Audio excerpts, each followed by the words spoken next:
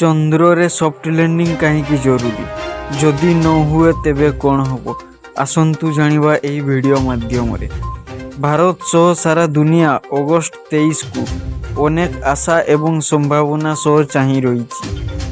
ଇସ୍ରୋର ଘୋଷଣା ଅନୁସାରେ ବୁଧବାର ସନ୍ଧ୍ୟା 6:04ରେ ଚନ୍ଦ୍ରଯାନ-3 ଲ୍ୟାଣ୍ଡର ବିକ୍ରମର ଚନ୍ଦ୍ରପୃଷ୍ଠରେ ସଫ୍ଟ ଲ୍ୟାଣ୍ଡିଂ ପାଇଁ ପ୍ରୟାସ କରାଯିବ। ବିକ୍ରମ ଲ୍ୟାଣ୍ଡର ଚନ୍ଦ୍ରର ଦକ୍ଷିଣ ମେରୁରେ ସଫ୍ଟ ଲ୍ୟାଣ୍ଡିଂ ପାଇଁ ଶେଷ ପ୍ରସ୍ତୁତି କରୁଛି। ଆସନ୍ତୁ ନଜର ପକାଇବା ପୂରା ଖବର ଉପରେ। ମଙ୍ଗଳବାର ଚନ୍ଦ୍ରର ପରିକ୍ରମା କରିବା ଏହାର ଶେଷ ରାତି। ଏହାରି ଭିତରେ ଚନ୍ଦ୍ରଯାନ-3ର ଲ୍ୟାଣ୍ଡିଂକୁ ନେଇ ଇସ୍ରୋର ଜଣେ ପୂର୍ବତନ ବୈଜ୍ଞାନିକଙ୍କ କହିବା କଥା, ବିକ୍ରମକୁ ଏପରି ଭାବେ ପ୍ରସ୍ତୁତ କରାଯାଇଛି ଯେ ଯଦି ଏହାର ସଫ୍ଟ ଲ୍ୟାଣ୍ଡିଂ ନ ହୁଏ ତେବେ ଏହା ରଫ୍ ଲ୍ୟାଣ୍ଡିଂକୁ ମଧ୍ୟ ସମ୍ଭାଳି ପାରିବ। ଅଗଷ୍ଟ 23ରେ ଭାରତ ଇତିହାସ ରଚିବାକୁ ଯାଉଛି। ବୁଧବାର ଚନ୍ଦ୍ରଯାନ-3ର ଲ୍ୟାଣ୍ଡର ଚନ୍ଦ୍ରପୃଷ୍ଠରେ ଅବତରଣ କରିବ। ଏହି ଦୁର୍ଲଭ ଦୃଶ୍ୟକୁ ସାରା ଦୁନିଆ ଦେଖିବ। ଇସ୍ରୋର ଘୋଷଣା ଅନୁସାରେ ସନ୍ଧ୍ୟା 5:20ରୁ ଲାଇଭ୍ ଟେଲିକାଷ୍ଟ ଜରିଆରେ ଲ୍ୟାଣ୍ଡିଂର କଭରେଜ କରାଯିବ। ଭାରତୀୟ ବୈଜ୍ଞାନିକ ବିକ୍ରମ ଲ୍ୟାଣ୍ଡର ସଫ୍ଟ ଲ୍ୟାଣ୍ଡିଂ ନେଇ ସମ୍ପୂର୍ଣ୍ଣ ଆଶାବାଦୀ ଅଛନ୍ତି।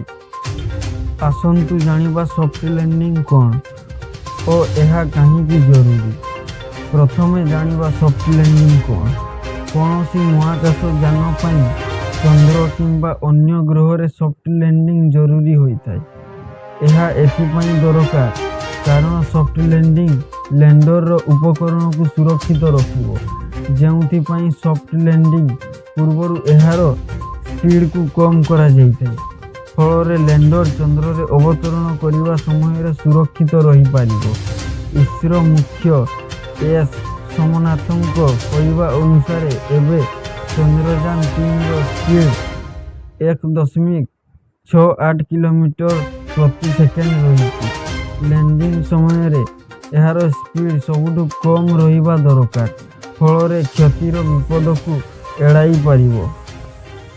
ଇସ୍ରୋର ସାଟେଲାଇଟ୍ ନେଭିଗେସନ୍ କାର୍ଯ୍ୟକ୍ରମର ପୂର୍ବତନ ବରିଷ୍ଠ ପରାମର୍ଶଦାତା ଡକ୍ଟର ସୁରେନ୍ଦ୍ର ପାଳ କହିଛନ୍ତି, ଯଦି ଲ୍ୟାଣ୍ଡିଂ ପାଇଁ ଉଚିତ ସ୍ଥାନ ନ ମିଳେ ତେବେ ଲ୍ୟାଣ୍ଡର ହେଲିକପ୍ଟର ପରି ଉଡ଼ିବାର କ୍ଷମତା ରଖିଛି। ଚନ୍ଦ୍ରର ଦକ୍ଷିଣ ମେରୁରେ ଅନେକ ପଥର ଏବଂ ଖାଲ ରହିଛି। ଏଥିପାଇଁ ଲ୍ୟାଣ୍ଡିଂ କ୍ଷେତ୍ରକୁ 2.5 କିଲୋମିଟରରୁ ବଢ଼ାଇ 4 କିଲୋମିଟର କରାଯାଇଛି। ବୈଜ୍ଞାନିକଙ୍କ କହିବା ଅନୁସାରେ ପୁରା ଚନ୍ଦ୍ରକୁ ଅର୍ବିଟର 2 ଯୋଡ଼ି କ୍ୟାମେରାକୁ ଉପଯୋଗ କରି ମ୍ୟାପ୍ କରିଛି। ଏହାର ରିଜଲ୍ୟୁସନ୍ 25 ସେଣ୍ଟିମିଟର ରହିଛି। ଇସ୍ରୋର ଅଧ୍ୟକ୍ଷ ଏକ ବୟାନରେ କହିଛନ୍ତି ଯେ ଯଦି ବିକ୍ରମ ଲ୍ୟାଣ୍ଡର ଅଗଷ୍ଟ 23ରେ ସଫ୍ଟ ଲ୍ୟାଣ୍ଡିଂ କରିବାରେ ଅସମର୍ଥ ରୁହେ ତେବେ ଅଗଷ୍ଟ 27ରେ ଦ୍ୱିତୀୟ ପ୍ରୟାସ କରାଯିବ। ଏହା ପୂର୍ବରୁ ଇସ୍ରୋ ଅଗଷ୍ଟ 22ରେ ଚନ୍ଦ୍ରର ନୂଆ ଫଟୋ ଜାରି କରିଥିଲା। ବିକ୍ରମ ଲ୍ୟାଣ୍ଡର 70 କିଲୋମିଟର ଉଚ୍ଚରୁ ଚନ୍ଦ୍ରର ଫଟୋ ପଠାଇଥିଲା। ଏହିପରି ଲେଟେଷ୍ଟ ଖବର ଜାଣିବା ପାଇଁ ଆମ ଚ୍ୟାନେଲଟିକୁ ଲାଇକ୍ କରନ୍ତୁ, ସବସ୍କ୍ରାଇବ୍ କରନ୍ତୁ ଏବଂ ପାଖରେ ଆସୁଥିବା ବେଲ୍ ଆଇକନ୍ଟିକୁ ପ୍ରେସ୍ କରନ୍ତୁ।